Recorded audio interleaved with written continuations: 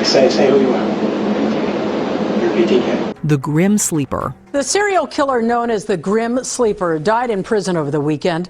Lonnie Franklin Jr. was convicted of murdering 10 women, but suspected of killing so many more. Active initially in the 1980s, the Grim Sleeper earned his moniker from the extended break he took between 1988 and the early 2000s. Real name Lonnie Franklin Jr., the Sleeper took his first confirmed victim in 1984. He then claimed a further 9 lives, with his final murder occurring on September 11, 1988. He did attack a 30-year-old woman the following November, but she survived. Shepard says the LAPD didn't have the manpower nor the technology at the time to solve the multiple murders. Perhaps fearing the repercussions of her survival, the Sleeper lay dormant for over a decade. His next victim likely being 43-year-old Georgia Mae Thomas on December 28, 2000. It wasn't until the advent of DNA testing that Franklin was considered a suspect, and he was finally arrested in 2010, 26 years after taking his first victim. In the end, he was caught. That's the best part.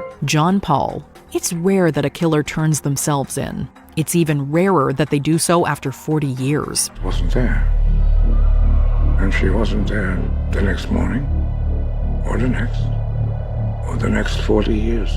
Back on June 6, 1980, 42-year-old Anthony Bird was found bound, beaten, and killed in his West London apartment. Police were called after he failed to turn up for work, and they knocked his door down with a sledgehammer, finding the dead body. Fast forward to 2021, when 61-year-old John Paul walked into a Hammersmith police station and confessed to the decades-old crime. Who murdered someone? Me. You murdered someone? Yes. Did you? He arrived at 9:38 a.m. and was arrested by 3:35 that afternoon. Paul's fingerprints matched those taken from the crime scene, ending the 40-year-old cold case on a rather unpredictable note. Okay, who did you murder? A man. Thomas Cass. After the New Hampshire Cold Case Unit began a reinvestigation of the case in 2013, newly tested fingerprints evidence led them to believe Thomas Cass of Orleans, Vermont, shot and killed Delano when Cass was 20. It was the morning of September 1st, 1966, and retired Navy veteran Everett Delano was working in Sanborn's garage. That's when a thief walked in, shot Delano 3 times in the head, and fled with $100 in cash. The case was never solved, and it eventually became New Hampshire's oldest cold case. It was quite literally forgotten by the police, but a cold case unit received a call from Delano's family in 2013, hoping for some kind of progress. The authorities quickly looked into the file and found an old fingerprint that investigators had lifted from the scene. They matched it to one Thomas Cass. That's our scumbag! We got him, Jack. We found him. Authorities informed Cass about the match in 2014, and he soon after took his own life. Police say he will not be charged because he is deceased. Joseph George Sutherland. 4 decades after Susan Tice and Aaron Gilmore were brutally murdered, an admission in court. 61-year-old Joseph George Sutherland of Moosonee pleaded guilty to 2 counts of second-degree murder. Back in 1983, Toronto was hit with a series of grisly murders.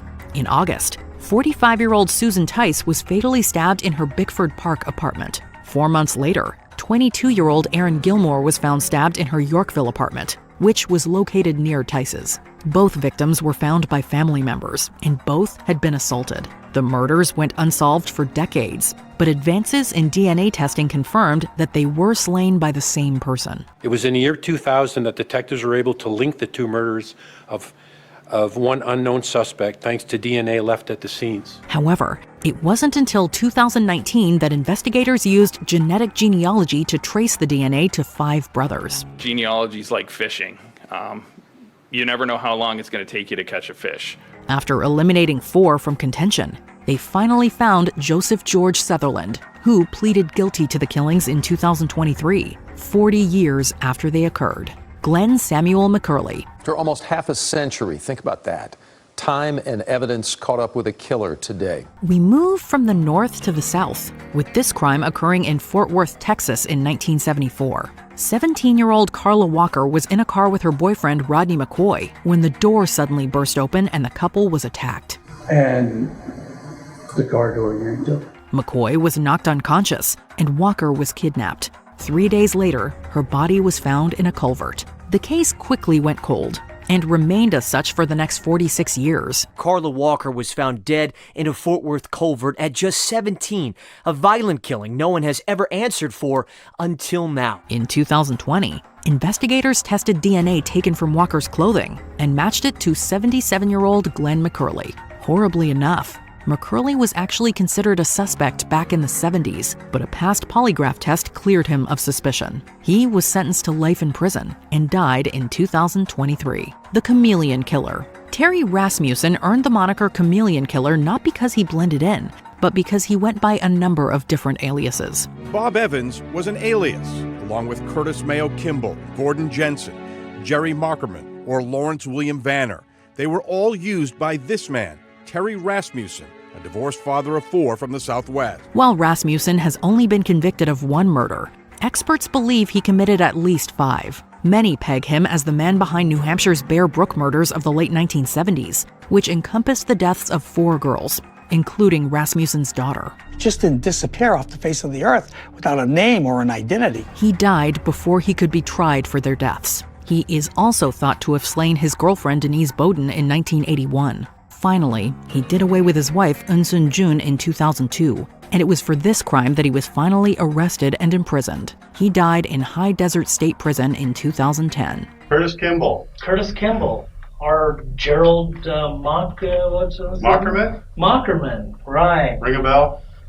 No. BTK. I have many, what I call them, projects. And this morning, authorities believe 78-year-old Dennis Rader, the infamous BTK serial killer, may be responsible for even more deaths. Having given himself the famous nickname BTK, Dennis Rader was active for many years within the general Wichita area, killing at least 10 people between 1974 and 1991. He confessed to 10 murders almost 2 decades ago. He was known as BTK, a name he gave himself, short for Bind, Torture, Kill.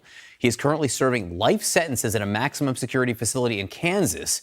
And now there is new evidence that may connect the infamous BTK serial killer to additional murders. And he might have gotten away with it were it not for his own hubris. Despite the high body count, police were unable to solve the crimes, and the trail was cold by 2004.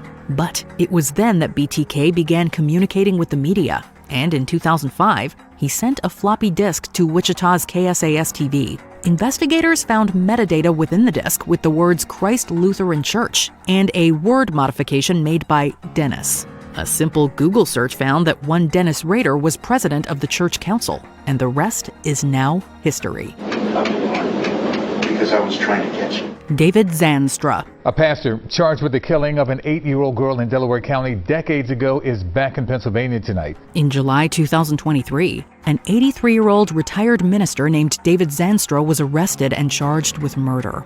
The case went all the way back to 1975. It was August of that year when a young girl named Gretchen Harrington disappeared in Delaware County, Pennsylvania. 2 months later, her body was found by a jogger. Zanstra was responsible but played innocent, even calling the police to report the missing child when Harrington's dad approached him for help. David Zanstra is, ladies and gentlemen, a monster. He is every parent's worst nightmare. Zanstra then moved south, leaving his crime in the rearview mirror.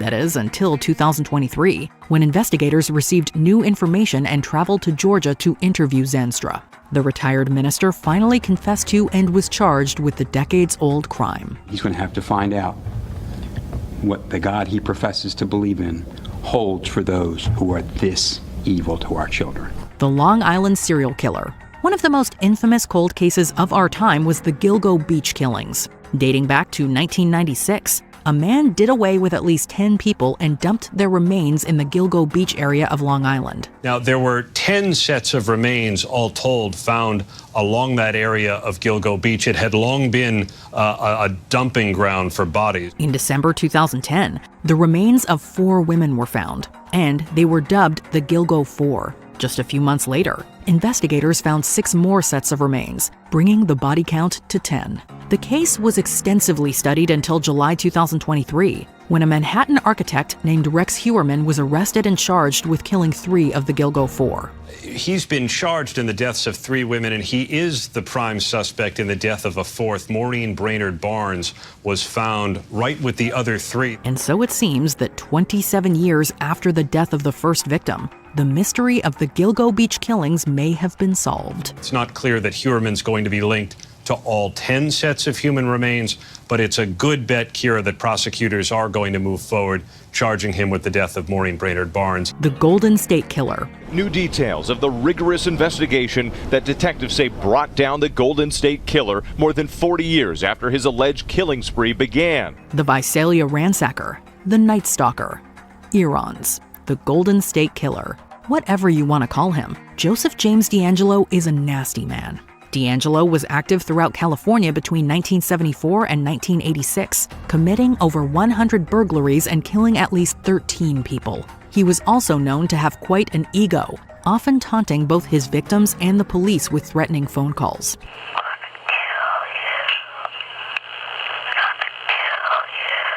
It wasn't until 2018 that DeAngelo was finally arrested, having been caught via the modern-day magic of genetic genealogy. He was sentenced to life in prison on August 21, 2020, 46 years after his crime spree began, and at the age of 74. And I'm truly sorry to everyone I've hurt. Thank you, Your Honor.